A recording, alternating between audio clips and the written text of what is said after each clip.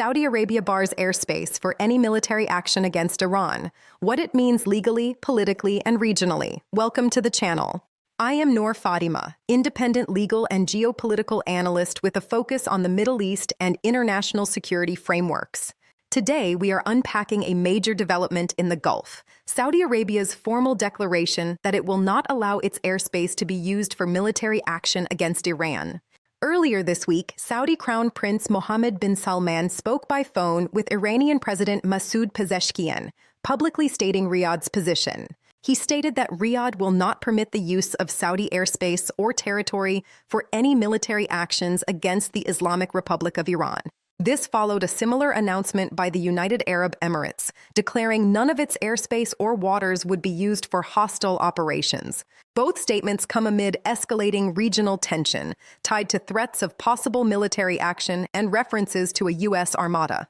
This is more than diplomatic rhetoric. These are concerted signals from major Gulf powers that they won't be staging grounds for direct conflict. From a legal perspective, what Saudi Arabia and the UAE are doing is rooted squarely in principles of state sovereignty and international law. Article 2.1 of the UN Charter establishes the equal sovereign rights of all states to exercise exclusive jurisdiction over their territory. International law does not permit another state to use that territory for acts of war without explicit consent. By barring military use, Riyadh and Abu Dhabi are asserting their sovereign right and the legal principle of neutrality under the Hague Conventions.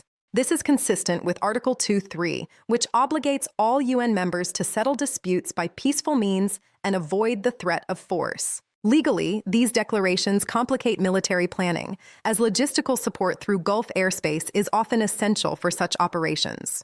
To understand why this matters, we need to step back and look at the regional geopolitical landscape. The Middle East chessboard. Saudi Arabia and Iran have long competed for regional leadership, backing opposing proxies across the region for decades. Despite that, neither has engaged in direct conventional war since relations were severed after the 2016 diplomatic attacks. Now add to this Washington's repositioning, including the deployment of the USS Abraham Lincoln and multi-day aerial exercises.